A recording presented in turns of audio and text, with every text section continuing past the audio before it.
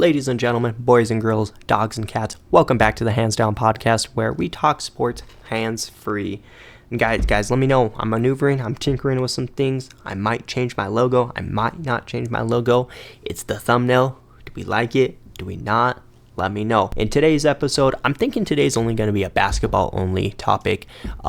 I'm excited for baseball. Obviously, baseball's right around the corner, and if you guys don't know, I'm a Braves fan, and as I'm recording this March 2nd, the Braves went back-to-back off Marcus Stroman today, Austin Riley and Matt Olson. Love to see them doing their thing. Absolutely love that. Excited for what baseball has ahead of us. I could not be more excited for baseball. Gonna save the baseball stuff for another episode though. And then we've talked a lot of football recently. Super Bowl obviously is now over. We've seen the coaches getting hired. The move we did see is Matt Stafford agree to restructure his deal and stay with the Los Angeles Rams. If you guys do want to hear my initial thoughts and reactions, I do have a TikTok as well. I posted a shorter film content on there. Y'all can follow that, see my reaction. But as for today, I would like to discuss 4 teams. 2 of these teams have two players that came from the same draft class, and then 2 of these other teams came into the season with championship aspirations, and they have been the exact opposite of championship aspirations.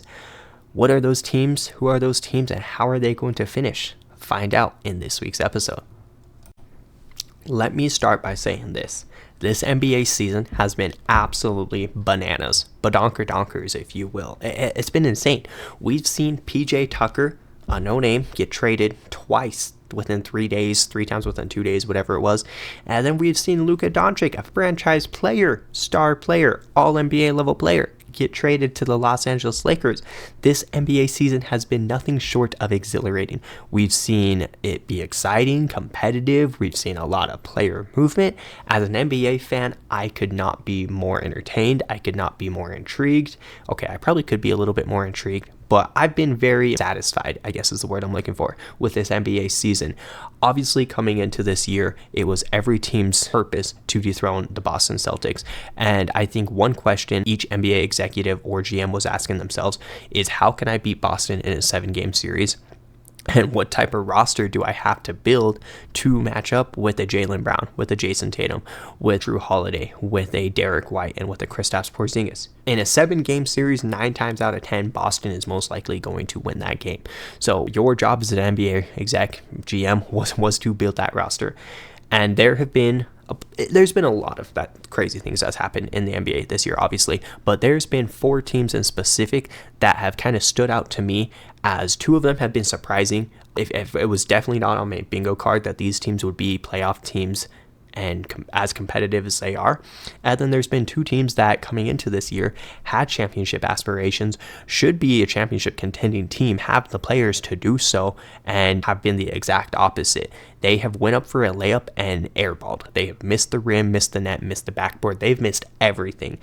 Like I said, badonkers. Before I get into those 4 teams, I do want to give a shout out, an honorable mention, moreover, to the New York Knicks. The New York Knicks went out in this offseason and they did some crazy things. They did the best they could to compete with the Boston Celtics, and they're sitting right now at 40 and 20 games over 500.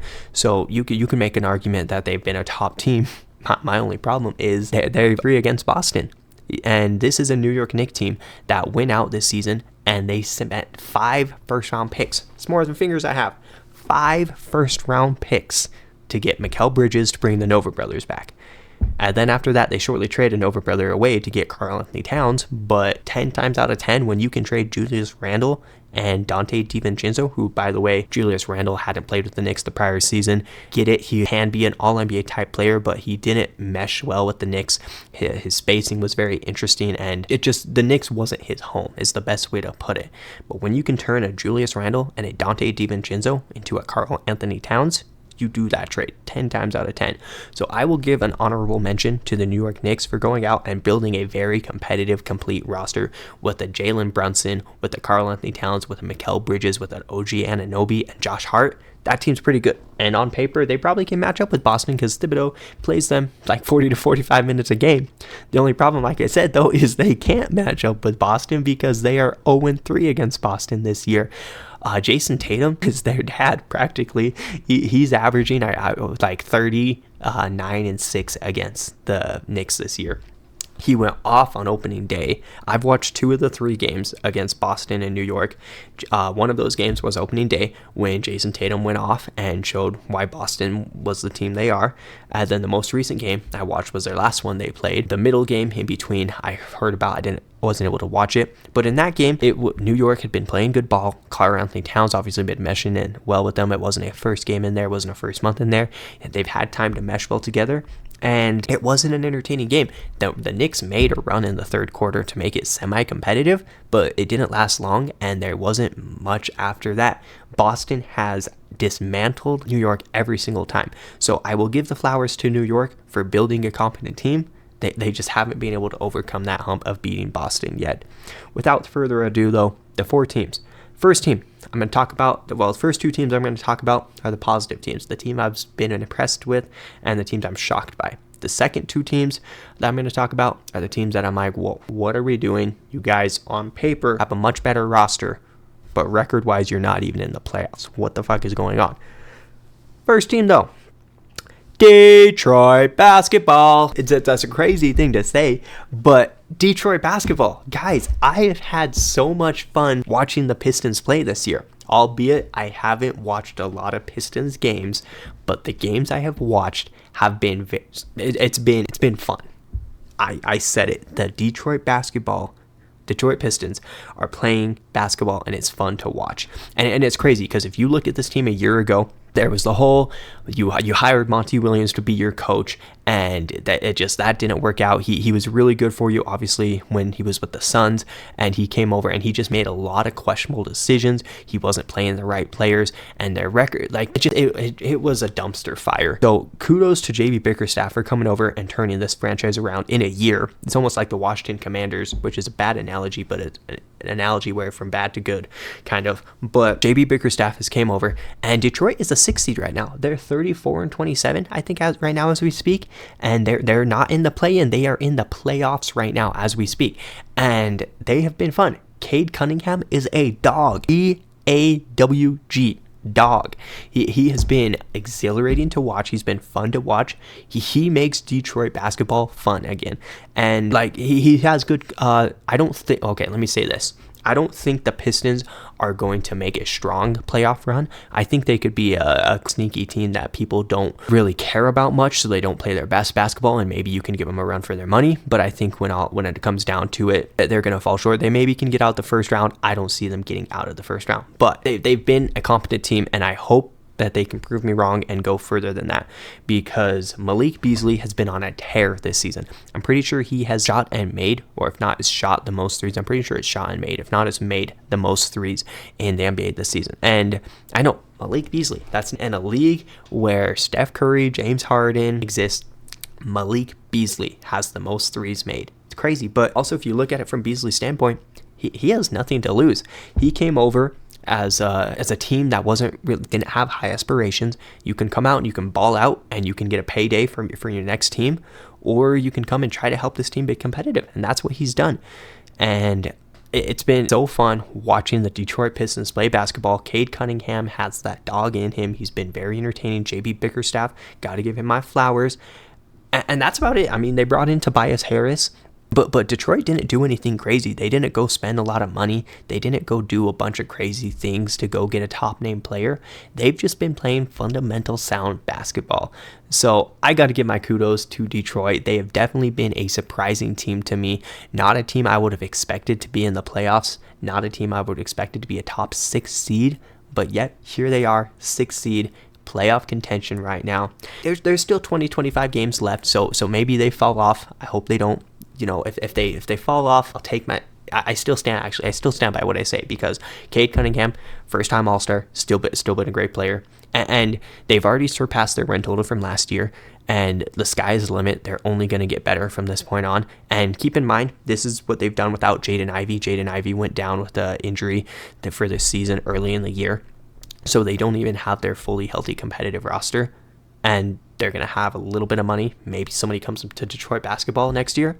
Detroit should be a team to look out for in the future, and Cade Cunningham is such a fun player to watch. On the other side of the conference, it's his counterpart in the same draft. They went 1 and 2. Cade Cunningham went 1. Jalen Green went number 2. The Houston Rockets, the team that we saw make a late play-in push last year. They gave Steph Curry and the Golden State Warriors a run for their money for that 10 seed. I think going into the final week of the season, they was like on an 8 or 10 or 11 game winning streak, something like that. And it was close. They almost made the play-in, and they caught fire. You can say it at the right time, but they didn't, so can't really say it at the right time.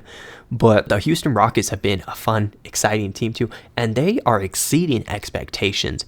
They're 37-23 as we speak right now. They are sitting 5th in the conference, and if you would have asked me that question last week, they would have been a third. They would have been right behind Oklahoma and Denver, I believe. And now your Slay's been playing a little bit better basketball lately, so you've kind of slipped a little bit, but you got a young team.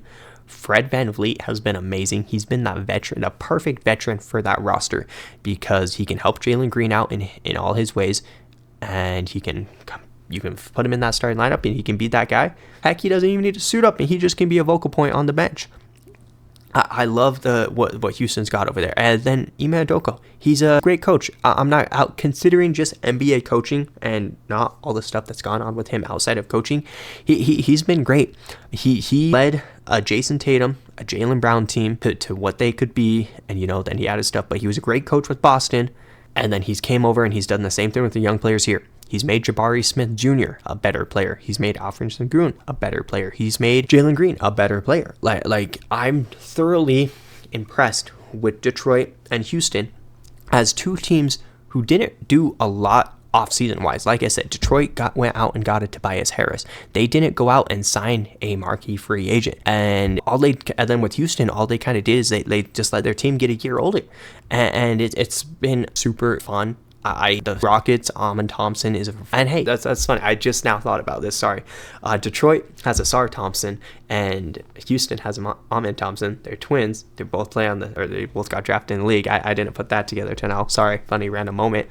But they've been very exciting teams that maybe you could have made a case for Houston. Some people saw that coming. But I did not see Houston being a top 5, top 6 seed in this league. I mean, with the Dallas, with the Memphis, with an OKC, with the Denver, I wouldn't have thought they was above those teams. And right now, I guess the only team that they're above right now is Dallas, and Dallas hasn't been fully healthy this year, so maybe there's other questions there. But I've been thoroughly impressed with those two teams. That's the best way I can put it. Considering everything they have to do, I don't know if they're going to make a conference championship push to beat an OKC, to beat a Denver. But if you're a fan of the Houston Rockets and if you're a fan of the Detroit Pistons, you should be excited for your future, because if this is what you're doing now, the sky is the limit. And also, I will give the benefit of the doubt to the Rockets, because the West is a wild, wild West. All 10 teams in the playoff, play-in, whatever you want to call it right now, are above 500. If we look at those same 10 teams in the East, the 6 through 10 seed, all the play-in teams are under 500 right now. You could be under 500 and make the play-in in the Eastern Conference. That's wild. Like, you could take the 10 seed out of the Western Conference right now and put them in the Eastern Conference, and they would be the 6th or the 7th seed. It's just crazy. So those are the teams I've been thoroughly impressed by, and I think they are absolutely exceeding expectations. Detroit basketball is fun to watch again, and then Jalen Green has really taken that next step in his career, and I'm excited to see what his limit is, what his ceiling is. As for the disappointing teams, the big one you guys probably already know. If you haven't already figured it out, it's the Philadelphia 76ers. They are in shambles. Their organization just shut down Joel Embiid for the rest of the year due to his knee and his ongoing injuries with that. And your record at the Philadelphia 76ers right now is 21-38. Now, I will say this. On the bright side, because the East is so trash, you are only 2.5 games outside of that 10th seed right now. On the downside, though, is you just shut JoJo down for the rest of the year. Paul George has been battling an injury off and on. He started out with a hyperextended knee in preseason, and then he's been battling different injuries where he even came out and said he's been taking some sort of stuff to try to help him, and that's not been working. He even came on his podcast and said that he's no longer going to be on his podcast anymore because he wants to mentally get himself right, and he wants to help his team to get to what he wanted to do eventually, and that was win a championship. I mean, Paul George is a guy that the Philadelphia 76ers went out and got as the marquee free agent. You went out and spent $212 million. You gave Paul George a 4-year, $212 million contract. And he has been a $sign ass. It's just that's I mean I know he's been battling injuries and everything, but he's not been worth $212 million. I can tell you that much. The 76ers season just keeps getting worse and worse. That you start the season not having JoJo, not having Paul George. You're like, okay, you know what? Tyrese Maxey, Jared McCain, they can kind of hold the ground till we get back. And Tyrese Maxey was balling off. Jared McCain was doing amazing. He was leading favorite for Rookie of the Year. I'm pretty sure he won Rookie of the Month his first month. And they're like, okay, you know what? Their record wasn't great, but you're like, if Tyrese Maxey can be the player we know him to be, and if Jared McCain can continue to step up, just wait till Paul George gets back and just wait till Joel Embiid gets back, and we'll be right back in there. They started off the season, 3-16? And I'm a Jazz fan, and like that's bad. The Jazz weren't even that bad. Now we're that bad because we're tanking for Cooper Flag, but at that time we wasn't that bad. He was 3-13, so it's okay. But you have a team that has Joel Embiid, who you're paying $193 million to, by the way, Tyrese Maxey, who you're paying $205 million to, by the way, and Paul George, who $212 million. That those three players annually take up about 140, 145, maybe 150 million of your cap space. And by the way, the NBA salary cap for a team, $141 million between three players, damn near takes up their entire salary for that team. And that team has just been beyond disappointing, albeit injury. But it's just now the question is, what do? You shut Joel Embiid down for the year, and first things first, I guess. Well, it's like fifth things fifth at this point because I've already had a little bit of a yap session. But fifth things fifth, get well soon, JoJo. JoJo, when he does play, is a very fun player. We already knew he wasn't going to play back-to-backs. Probably he's not going to play back-to-backs for the rest of his career, the way I see it. But when he's healthy, he's a dominant player. He's fun to watch. And I hope he can figure out whatever his knee issues are, and maybe having a fully the rest of this season and getting ready for the start of next season. Maybe that's the time frame he needs, because I mean, Joel Embiid played in the Olympics this past year, so maybe that was something he shouldn't have done. He should have gave himself more time to get ready for the season. But so maybe that's the one. You have Joel Embiid, who's going to have so much time to recover. But as a franchise and as a team right now, you're 21-38. You're 2.5 games outside of the 10 seed. You don't own your first round. And here's the crazy thing, is you don't own your first round pick. Well, you do, but you don't. It's top 6 protected. So if you bottom out and get a top 6 pick, you own your first round pick. But if not, it goes to the Thunder. Yeah, the Oklahoma City Thunder. Remember, you know how they have like 17 first round picks in the next couple drafts? That's one of them. That's one of the picks they have. And now the Sixers are in such a weird position where you're 2.5 games out. JoJo's out. Paul George has been battling injuries. Do you shut Paul George down, and do you say, Maxey, go crazy, and we're gonna lose games though, but you go do you, and we're gonna get our draft pick. We're gonna get a top 6 pick back so we can add a top 6 pick or trade that pick, or do you, because you're only 2.5 games out, say, Tyrese, you go do your thing. Paul George, you said you want to come back from your podcast, get mentally right, and help us now. Here's your chance to help us get into the play-in and help us make a deep playoff push. If that's what you're capable of, let's do it. I don't see it happening, though, because we've already seen we've seen Tyrese Maxey and Paul George play a little bit here and there. We haven't seen much of Tyrese Maxey, Paul George, and Joel Embiid, but when we have, they wasn't winning.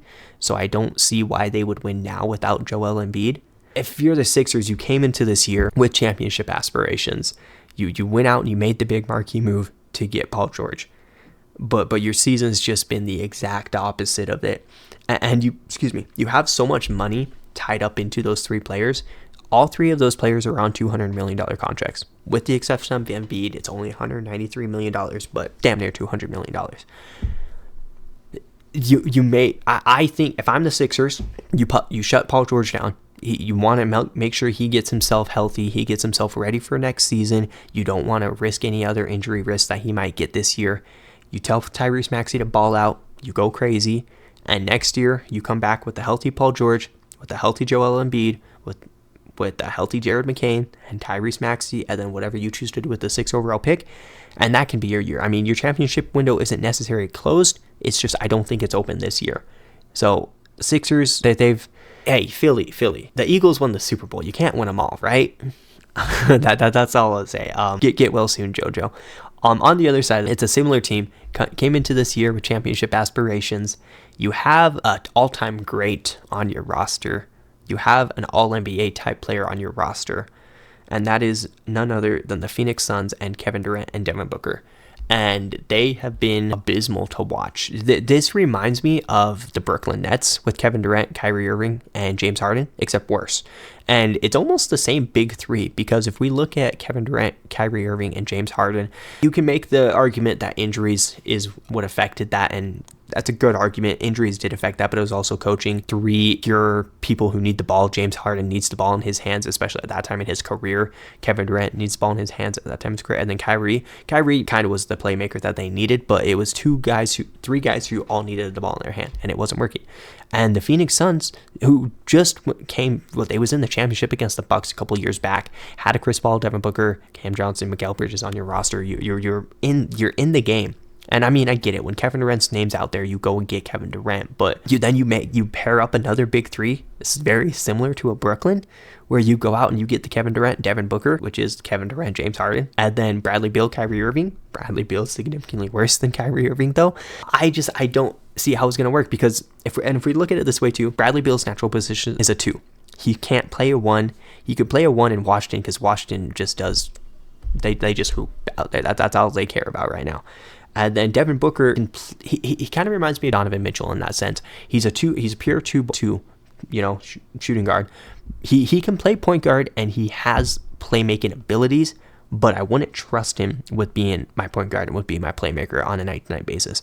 So you have 2 people who need the ball and are arguably guards then. So you both 2 though, not a 1, 2. And then Kevin Durant, who's your wing, and then like Bradley Beal and Devin Booker, they're both undersized, so you can't play them at the 3. I mean, obviously you can play KD at the 4, but you can't run a Beal, a Booker, and a Durant lineup. I mean, you can to close out a game, but just on paper, those are the questions I had. The spacing, I'm like, it's very similar to Brooklyn. I just didn't see it working, and here we are. And they've all been relatively healthy lately too. We can't make the excuse of there's been injuries to that's not seeing this work. They're just simply not winning basketball games. And what's crazy too is they're losing against bad teams. I'm pretty sure they lost against Portland twice. They lost against Atlanta recently. Like they're playing teams that they on paper should win. On paper, they are better than the Atlanta Hawks. On paper, they are better than the Portland Trail Blazers. On paper, they are better than a lot of teams. I would say they're better than the Kings on paper.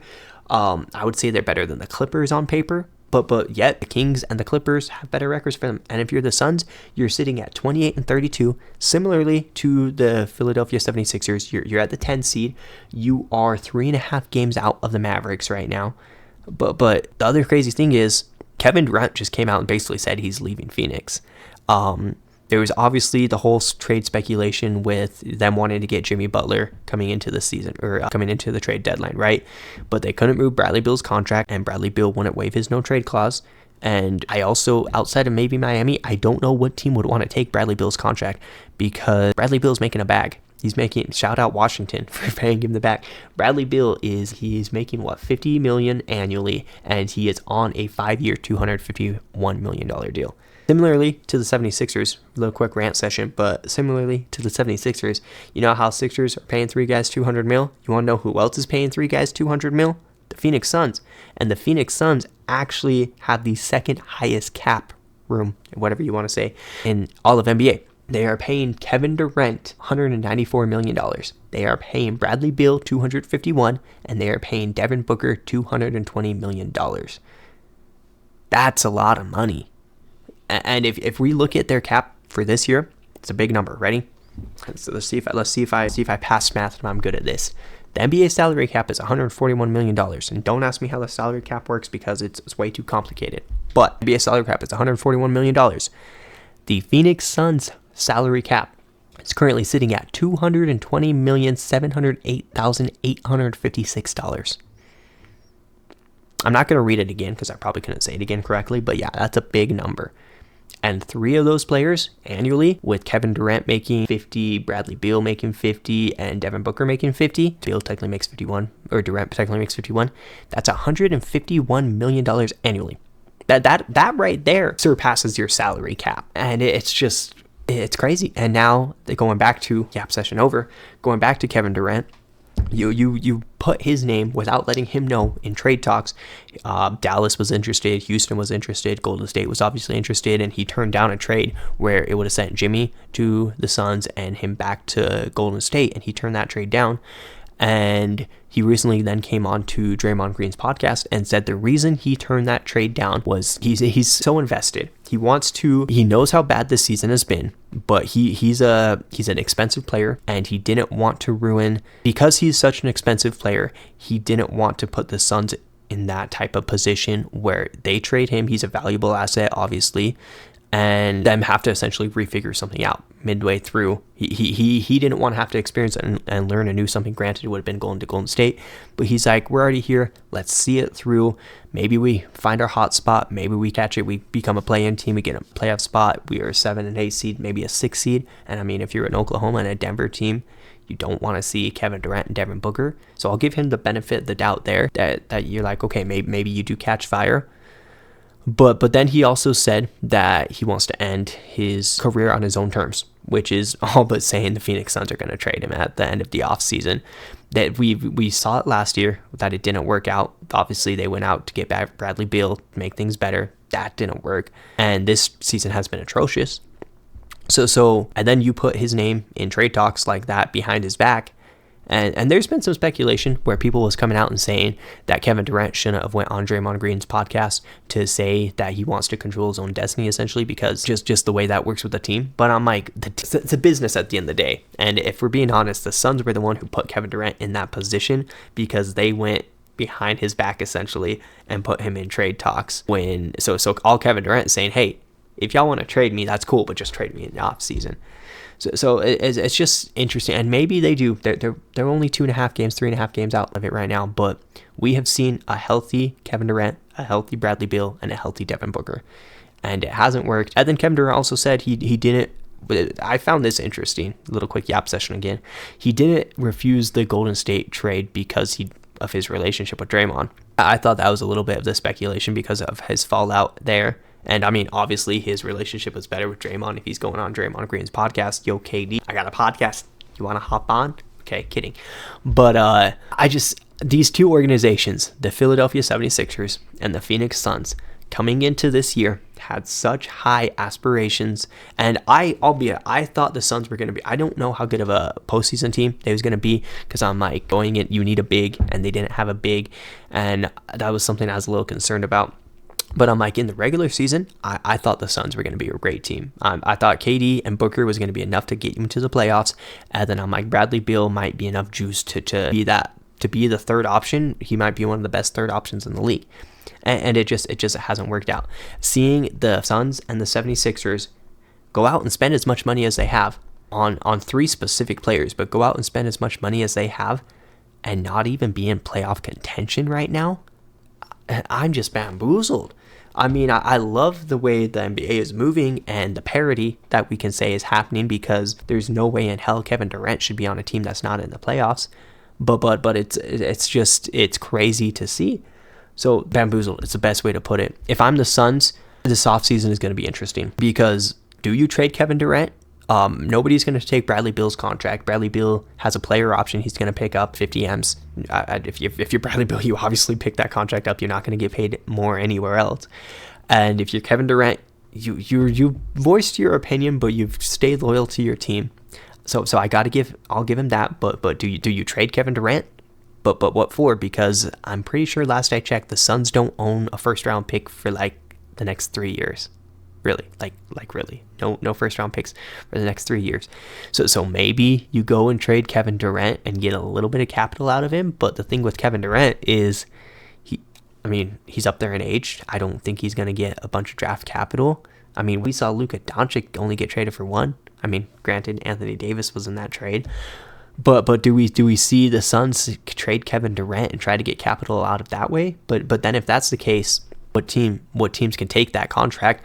The Grizzlies, the Rockets, those are some teams, but you have salary fillers, and then maybe you get some draft compensation. Is that what you really want to get out of Kevin Durant? If I'm the Suns personally, Suns fans are going to hate me for this, but to better your franchise and to do what's best for you, you keep Kevin Durant and you trade Devin Booker. You tell me I'm not wrong. Okay, there's probably going to be a lot of people telling me I'm wrong. Devin Booker is in the prime of his career right now. We've seen him go to the championship, and it didn't work out with Chris Paul, with Cam Johnson, with Mikal Bridges, and the Suns don't have any draft capital to go and help someone get better than Kevin Durant. Kevin Durant is probably the best player Devin Booker is going to play with. If you want to better your organization, you trade Devin Booker. Call me crazy, but I think that's the best direction. I'm not saying it's the right direction, but it's the best direction if you're the Suns that you can do.